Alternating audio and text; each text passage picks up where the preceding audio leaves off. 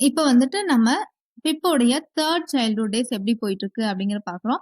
So already அ second childhood டேஸ்ல, 1 childhood டேஸ்ல கன்விக்ட்டோடைய history பார்த்தோம். நெக்ஸ்ட் வந்து 2ண்ட் இதுல மிஸ் ஹேவிசமோடையும், எஸ்டெல்லா கூடயும் எப்படி இருந்தாங்கிறத பார்த்தோம்.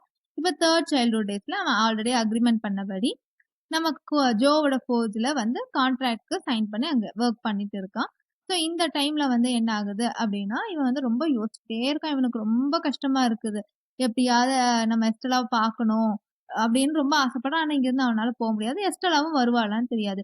இருந்தாலும் இவன் மைண்ட்ல என்ன இருக்கு அப்டின்னா, இவ்ளோ நாள் அங்க ரொம்ப ஹேப்பியா அந்த ஜாப் வந்து பண்ணிட்டு இருந்தோம். அவங்களோட பேசிட்டு ரொம்ப ஹேப்பியா இருந்தோம். ஸோ, இப்ப வந்து என்னன்னா, இங்க நம்ம ஒரு வொர்க்கர்ஸ் ட்ரெஸ் போட்டுட்டு, இப்படி நம்ம வந்து இருக்கிறோம். இந்த நெலைமையில நம்ம எஸ்டெல்லா பார்த்துட்டா அப்படின்னா, மொத்தமும் முடிஞ்சு போயிரும். ஸோ, எஸ்டெல்லா வந்து நம்மள மீட் பண்ணிறக்கூடாது அப்படிங்கிறத மட்டும் இவன் கான்ஃபிடென்ட்டா இருக்கான். இப்படியே இவனோட லைஃப் ஃபுல்லாவே யோசிச்சுக்கிட்டே இவன் போயிட்டு இருக்கிறான். இப்ப இந்த இடத்துல வந்து ஒரு இன்சிடென்ட் நடக்குது. நம்ம மிஸ்ஸஸ் ஜோ வந்துட்டு யாரோ அட்டாக் பண்ணிடுறாங்க மிஸ்ஸஸ் ஜோவ. அப்போ யாரோ அட்டாக் பண்ணோனே இவங்களுக்கு டிசேபிள் ஆயிடுறாங்க. எந்திரிச்சு நடக்க முடியாம அந்த மாரி வந்து ஆயிடுறாங்க மிஸ்ஸஸ் ஜோ. அப்ப வந்து என்ன ஆகுதுன்னா, இந்த இடத்துல வந்து டவுட் வருது. யாரு வந்து இந்த மாரி பண்ணியிருப்பாங்க மிஸ்ஸஸ் ஜோவ அப்படின்னு யோசிக்கும்போது தான் ஒருத்தங்களுடைய ஞாபகம் வருது. ஆர்லிக் அப்படிங்கிறவரு. அப்ப ஆர்லிக் வந்து யாருன்னா, இவங்களுடைய ஃபோர்ஸ்ல வொர்க் பண்ணிட்டு இருக்கக்கூடிய ஒரு பெர்சன். ஆர்லிக்கும் மிஸ்ஸஸ் ஜோக்கும் ஒரு டைம் வந்து சண்டை வந்துரும். அந்த சண்டையில வந்து கொஞ்சம் மிஸ்ஸஸ் ஜோ ஓவரா ஆர்லிக்க வந்துட்டு ஹார் அ ஹார் ஹார்ஷா பேசிருவாங்க. அப்போ இந்த இடத்துல வந்து அவங்களுக்கு கொஞ்சம் சண்டை வந்தனால, ஒருவேளை இதுக்கான ரீசன் ஆர்லிக்கா தான் இருக்குமோன்னு இவங்களுக்குள்ள அந்த ஒரு டவுட் இருந்துகிட்டே இருக்கும். பட் கன்ஃபார்மா இல்லனாலும், ஆர்லிக் தான் இத பண்ணியிருப்பான் அப்படிங்கிற மாரி இவங்க டவுட் பட்டே இருப்பாங்க. இந்த டைம்ல வந்துட்டு மிஸ்ஸஸ் ஜோ தான் அவங்க வீட்டையே பார்த்துட்டு இருந்தவங்க. இப்ப வந்து மிஸ்ஸஸ் ஜோ வந்து பார்த்துக்கிறதுக்கு ஆள் வேணும். அதே மாரி அந்த வீட்ட பார்த்துக்கிறதுக்கும் ஆள் வேணும் அப்படிங்கும்போது, பிட்டி வந்து இந்த இடத்துல அந்த பொறுப்ப ஏத்துக்கிறா. பிட்டி வந்துட்டு நம்ம பிப்போட ஃப்ரெண்ட். அவங்க வந்துட்டு பொறுப்பேத்து மிஸ்ஸஸ் ஜோவையும் நல்லா பார்த்துக்கிறா.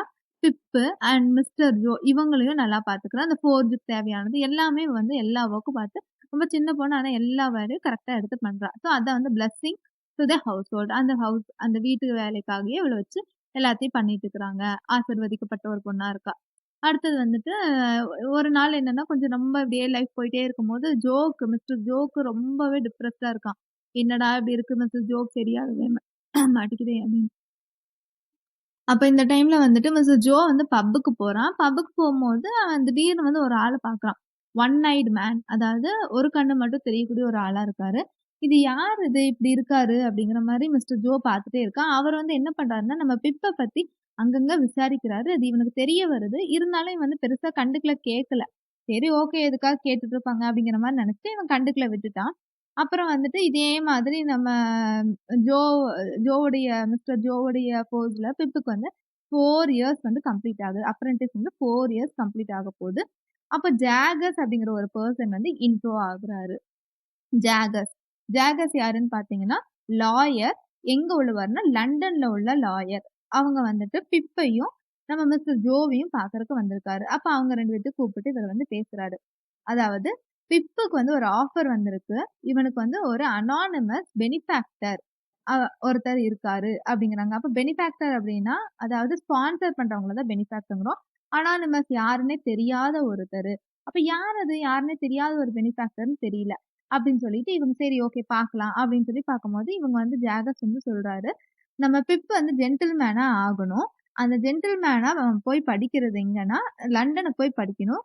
அதுக்கப்புறமா வந்து இவனுக்கு ஒரு சில ப்ராப்பர்ட்டீஸ் எல்லாம் இருக்குது. அந்த ப்ராப்பர்ட்டீஸ் எல்லாமே அந்த பெனிஃபாக்டர் வந்து குடுக்கணும் அப்படின்னு சொல்லிட்டு அக்ரீமெண்ட் வந்து ஒண்ணு இருக்குது. அதுக்கு வந்து இவன் பண்ண வேண்டியதெல்லாம் போயி இவன் படிக்கணும் ஜென்டில்மேன் ஆகறதுக்கு அப்படிங்கிற மாரி வந்து நம்ம ஜாகா சொல்லியிருப்பாரு. இவங்களுக்கு ஒரே ஹேப்பியா இருக்கும். பிப்க்கு வந்து கொஞ்சம் கஷ்டமா இருக்கும். இங்கிருந்து நம்ம போயிட்டோம்னா எஸ்ட்ரெல்லாவ பார்க்க முடியாது. அதே மாரி மிஸ்டர் ஜோ கூட ஆல்ரெடி ரொம்பவே அட்டாச்டா இருப்பான். சின்ன வயசுலேருந்து இருந்திருக்கிறான். ஒரு அங்கிள்ங்கிறத தாண்டி 2 பேரும் நல்ல ஒரு ஃப்ரெண்ட்ஷிப் ஜோன்ல இருந்திருப்பாங்க. ஸோ இந்த மாரிலாம் இருக்கும்போது, பிப்பு கொஞ்சம் கஷ்டமா இருக்கும். இருந்தாலும் எஸ்டெல்லாவும் அங்க லண்டனுக்கோ, இல்ல எங்கேயோ ஒரு இடத்துக்கு வந்து இவங்க வந்து இந்த மாரி ஜென்டில்மேனா படிக்கிறதுக்கு போறதா இவனுக்கு தெரிய வந்திருக்கும். அதனால இவன் அதையும் வந்து அக்செப்ட் பண்ணியிருப்பான். சரி ஓகே பார்க்கலாம். போய் போய் பார்க்கலாம்.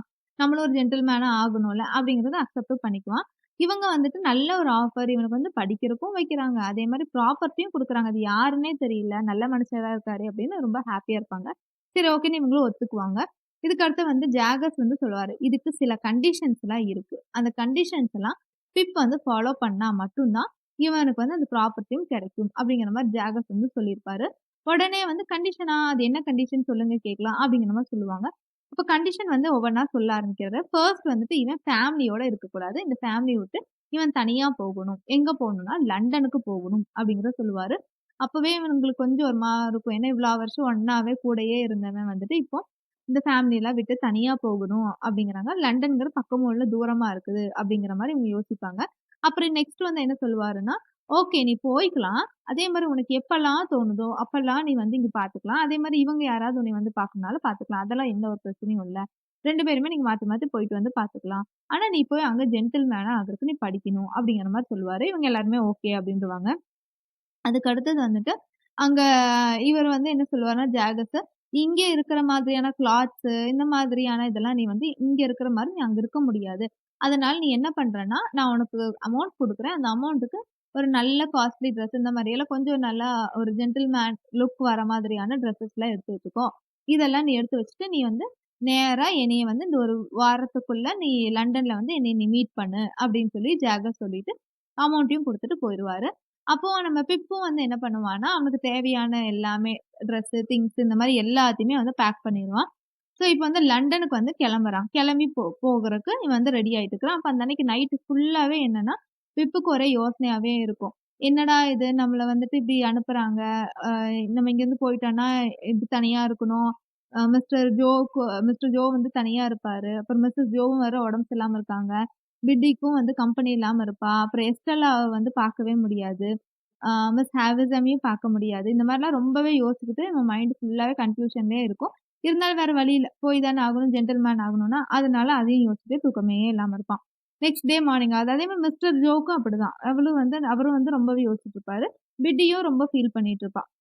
நெக்ஸ்ட் டே ஆகும்போது, பிப் வந்துட்டு மிஸ்டர் ஜோக்கு ஒரு ப்ராமிஸ் பண்ணி குடுப்பான். அதாவது, "நான் இங்கருந்து போய் ஜென்டில்மேன் ஆகுறதுக்கு படிக்கிறேன். படிச்சுட்டு சீக்கிரத்துல நான் திரும்பி வந்துருவேன். அதே மாரி இடையிலயும் எப்பவாவது வந்து பார்ப்பேன்." அப்படிங்கிற மாரி பிப் வந்துட்டு ப்ராமிஸ் பண்ணி குடுத்திருப்பான். அதே மாரி மிஸ்டர் ஜோவும், பிட்டியும் 2 பேருமே இருக்கும்போது, மிஸ்டர் ஜோ வந்துட்டு ஒரு ப்ராமிஸ் பண்ணி குடுப்பாரு.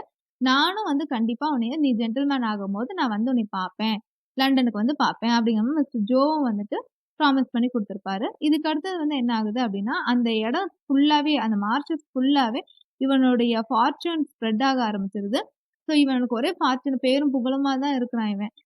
இந்த மாரி இங்கேருந்து லண்டனுக்கு போறான். பெனிஃபேக்டர் யாரோ இருக்காங்க. அது யாருன்னே தெரியல. ஆனா அவங்க வந்து ப்ராப்பர்ட்டி எல்லாம் எழுதி குடுக்குறேங்கிறாங்க. அந்த மாரிலாம் சொல்லிட்டு ரொம்ப ஹேப்பியா இருக்கிறான். அதே மாரி எல்லாருமே வந்து அங்க இருக்கவங்கள பேச ஆரம்பிச்சுடுறாங்க. ஸோ இப்படிதான் வந்து இவனோட 3 சைல்ட்ஹுட் டேஸ் போயிட்டு இருக்குது. இதுக்கு அடுத்து வந்து இங்கேருந்து லண்டனுக்கு கிளம்பிர்றான்.